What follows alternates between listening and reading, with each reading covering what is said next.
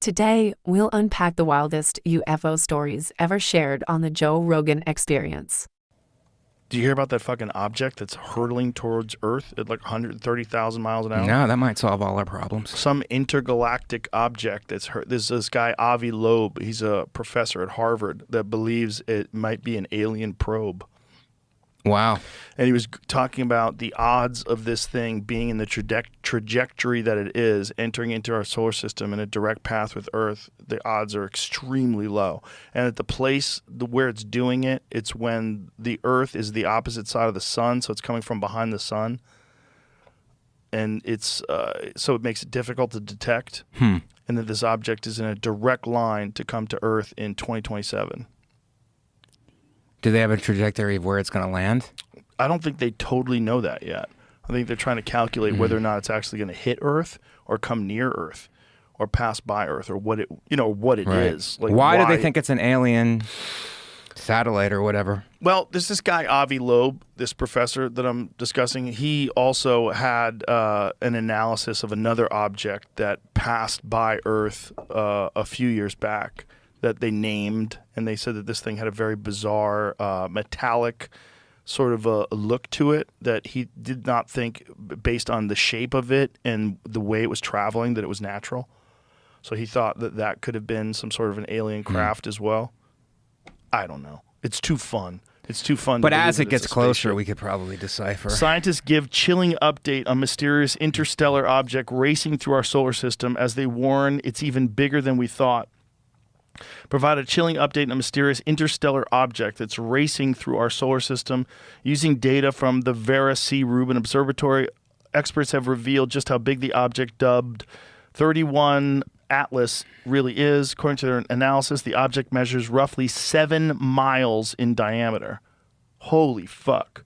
How big is New York City? Bigger than Mount Everest, making it the largest interstellar object ever spotted. Professor Avi Loeb, theoretical physicist and cosmologist from Harvard University, suggested the object could be an alien spacecraft.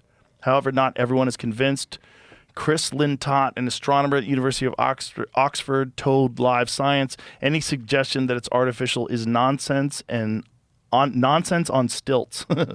He added that these claims are an insult to the exciting work going on to understand this object. But Harvard's legit, and Avi Loeb is a legit astronomer. Right. I mean, let's not rule anything out. Yeah. As it gets closer. There's something about it, about the way it's traveling, that it's bizarre. But it doesn't have a trail like a comet does. Right. We can scroll up a little so I can see that. The images of the comet were actually snapped by the Vera C. Rubin before it was officially discovered. However, since it was identified on July 1st, just a little bit ago, scientists have scoured back through data to find out more about the mysterious object. New study published on RXIV, whatever that is. More than 200 researchers have confirmed the likely size of the comet's main body, known as its nucleus. Their analysis suggests the nucleus has a radius of around 3.5 miles. That translates to a diameter or width of about 7 miles. To put that in perspective, bigger than Mount Everest, twice the size of Mount Kilimanjaro. Fuck. Previously speaking to Mail Online, Professor Loeb pointed out that its impressive speed of 130,000 miles per hour as an indication that it might be controlled by aliens. He said it's difficult to imagine a natural process that would favor a plunge towards the inner solar system at 60 kilometers per second, he said. An alternative is that the object targets the inner solar system by some technological design. Oh boy. Well, hopefully they come in peace. Well, that might be the end of the Earth. Maybe that's like they realize like that's when AI starts to take over and they think it's chaos. So like that's when it's gonna happen. So let's just like launch a 7-mile wide thing into the Earth and just start all over again like the dinosaurs. Well, that you're saying it hits and then our AI fights it? No. Or it wipes out. The AI takes over, and it's like, this isn't going to work, so it wipes it out. Just like when the dinosaurs were here, the dinosaurs were too powerful, and they're like, yeah, let's just fucking start from scratch. Maybe that's how they like reset the game. Huh. And then, so humanity is wiped out? Everything's wiped out. Yeah, we start fresh with new organisms. And then they come along and do genetic engineering, just like they did with us and monkeys. and create a new version of humans, but this time it's a little less territorial, a little more inquisitive, a little more interested in innovation, a little less interested in dominating and controlling resources. Because that's what fucked us. Territorial apes get high technology and use territorial behavior to defend and acquire resources, and that creates war. Did you see that fucking dude? There's a dude who, this is a crazy story, Mr. Ballin, and Tom Segura was on Mr. Ballin, and Mr. Ballin explained this thing that happened. I forget what year it was. It's in the 70s, I think. Okay, so this Mexican pilot was flying, and in the middle of his flying, he got confused. He didn't know what the fuck happened. He fell asleep, and he woke up, and he was over the ocean. And he's like, how did I get over the ocean? This doesn't even make any sense. And the amount of gas that was missing from his plane didn't make any sense that he was able to get this far. And what they're saying, and there's a recording of this, is that this guy went into a trance and was channeling some alien intelligence that was explaining through this guy's voice that the human race is the only intelligent race in the universe that still uses war and still kills people and engages in large-scale conflict and has nuclear weapons, and that they have to stop doing this or that someone's going to step in. Interested on YouTube. Oh, keep me interested. I'll be interested anyway. Here it is. Yeah, let me hear it. He is speaking, but he does not know. The equipment is too primitive. This is the only way to convey. Lower that a little. A microphone. The equipment is too primitive. This is the only way to convey their message. After almost an hour, the beings would release the young aviator pilot from his hypnotic state and return control of the plane so that he could receive instructions. And at the same time, he managed to land at the Acapulco airport. Interesting. You know, that's the thing. Like, if there was a unique event where something happened and an alien race did interact with human beings and then never again, no one would believe you, even if it was real. If it was that's the problem with like unique events. We base reality on what we experience and what everybody else experiences on a day-to-day basis. Right. What we have evidence of. But if something happened that was completely unique like that, where they said, like, this is the only way we can communicate. Their equipment is too primitive. Right. We'll just take over this guy's mind and have him say it. Like, who was ever going to believe that? I guess that's the quote translated. Okay, the alien message that spoke through Rafael Pacheco Perez to the air traffic controller, it says, he speaks because he is ordered to. That is, it is his voice he speaks, but not of his own free will. We use it as a microphone. No matter who we are or where we come from, it is enough for you to know that we are beings of this universe where you belong. Our planet is many light years away, but we are physically equal. I repeat that all races in the universe are physically equal. You are not alone in the universe, and there are other races that are far away from you, and we are watching you. But he said more than that. No, for sure. I think there's other life forms out there. I do And too, they're but I more don't know what advanced. really happened. Yeah. I really wish I knew. I mean, I really But this wish I guy knew. did fall asleep while he was flying a plane, so can we really trust him? Right, and he did wake up over the ocean. But if he did wake up over the ocean, it doesn't make sense that he got over the ocean, if that's true. Right. Explain that. Huh. I don't know. We are watching you. What else does it say? To everyone's surprise. Issued a certificate stating he was in perfect health and had not consumed any drugs. It ruined his career, and he never piloted a plane again. Wow. This is his first solo flight, too. Whoa. Imagine your first solo flight. You're like, I am going to pull a fucking gag on these motherfuckers. I got an idea. I got some extra gas. That was 1976? Yeah. Wow. No, I don't know if I believe that account, but I do believe that there's other life forms out there. They think Mars used to have a full atmosphere. And do you know that there's structures on Mars that they've observed even recently that look like perfect squares that are huge? Huh. There's this one that I showed to Elon. I go, what is that? Tell me what do you think that is? Like, well, we should probably go there and look around. Like, yeah, we should probably go there and look around. He's the guy to do it. But what is, like, he didn't want to say what he thought it was, but I'm looking at him like, do you think this could have been at one point in time a structure? Because it has perfect right angles and it's a square and it's huge. Right. They said it's at least hundreds of meters across, but it might be miles across. It's rough estimates, but they know it's large right now today. And if Mars at one point in time had a sustainable atmosphere like millions and millions of years ago, what if there was life on Mars? What if we are the offspring of the life on Mars? What if those fucking guys just realized, like, hey, this place is falling apart. Let's shoot over to Earth and reestablish. Yeah. I mean, that might be why we're so different than every other primate that's here.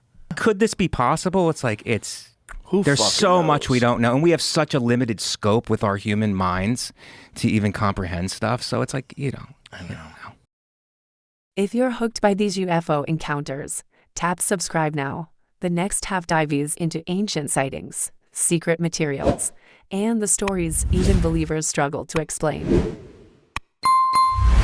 Shit, aliens are real. Pretty soon that's coming. You think? I think it's because of this slow trickle. It's going to be. We just accept it. Well, they try to normalize it with like War of the Worlds, which is like the or Battle of Los Angeles and shit like that. That was a real fucking thing that happened. The pictures of Battle Los Angeles is crazy. What happened exactly? There's Battle of Los Angeles? There's this big object in the sky, and we're shooting machine guns at it. We got spotlights. This is like in the 50s, maybe?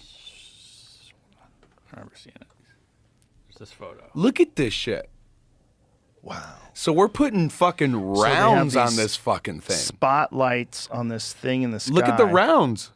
Right, but what is it? What is it that they see? That's weird that all you can see is spotlights. 1947, it says in the corner. Boy, that looks like a fucking flying saucer. Look at in the middle and look at but those things around it, those are fucking like Ma Deuce rounds. Like they're shooting at this fucking thing. They don't know what it is. Well, you know that there's a famous story from the Soviet Union that these guys shot at a UFO and it turned them into stone. Is it true? I don't know. The CIA investigated it. Here, I'll send it to you, Jamie. Supposedly shot at a low-flying spaceship. Look at it. According to the KGB materials, a quite low-flying spaceship in the shape of a saucer appeared above a military unit that was conducting routine training maneuvers. For unknown reasons, somebody unexpectedly launched a surface-to-air missile and hit the UFO. It fell to Earth not far away, and 5 short humanoids with large heads and large black eyes emerged from it. It is stated in the testimonies by the 2 soldiers who remained alive that after freeing themselves from the debris, the aliens came close together and then merged into a single object that acquired a spherical shape. That object began to buzz and hiss sharply and then became brilliant white. In a few seconds, the spheres grew much bigger and exploded by flaring up with an extremely bright light. At that very instant, 23 soldiers who had watched the phenomenon turned into stone poles. Poles. Yeah, only 2 soldiers who stood in the shade and were less exposed to the luminous explosion survived. No shit. The KGB report goes on to say that the remains of the UFO and the petrified soldiers were transferred to a secret scientific research institution near Moscow. Specialists assume that a source of energy that is still unknown to Earthlings instantly changed the structure of the soldiers' living organisms, having transformed it into a substance whose molecular composition is no different from that of limestone. Oh my God. It turned them into limestone. Turned them literally into limestone. And this is a CIA paperwork? Well, this is, they're reading from a KGB file, right? So it's just... Go to the very bottom of that again, Jamie, the very bottom of that. It says one of the things that says, the CIA representative stated, if the KGB file corresponds to reality, this is an extremely menacing case. The aliens possess such weapons and technology that go beyond all our assumptions. They can stand up for themselves if attacked. But the thing is, they're saying if the file corresponds to reality, that means there's a question. If this is real, they're tough. Yeah, they can fuck with you. Hard to know what's true and what's not true, but it's interesting that they're talking about it. but no one showed me anything yet. I'm waiting for them to show me things. I've seen some things already, like those videos that they took off the FLIR video and the Go Fast video, and these videos of these things where these fighter pilots are trying to track this thing, and it's like zipping across the sky, and they're like, what the fuck is that? I've seen a few of those. I've talked to 2 different fighter pilots that have had encounters. And they're all in. They're all in. I think there's a real thing going on. What that real thing is what's confusing to me. I think some of it has to be ours. I think some of it has to be like super advanced drone technology that we don't want everyone knowing about. And it's probably some black ops shit. But I don't think that's all of it. I think it's also possible that we've been visited. It just makes sense. It sounds so stupid. That's part of the problem of even talking about it, because it sounds dumb, because there's no evidence. So you have to believe in something where there's no evidence of it other than like some blurry photographs. From ancient carvings to radar tracks, from pilot encounters to celebrity stories, the evidence and the mystery just keep stacking up. Whether you think these craft are extraterrestrial, secret tech, or something stranger, one truth remains: we're not done asking questions. Thank you for watching.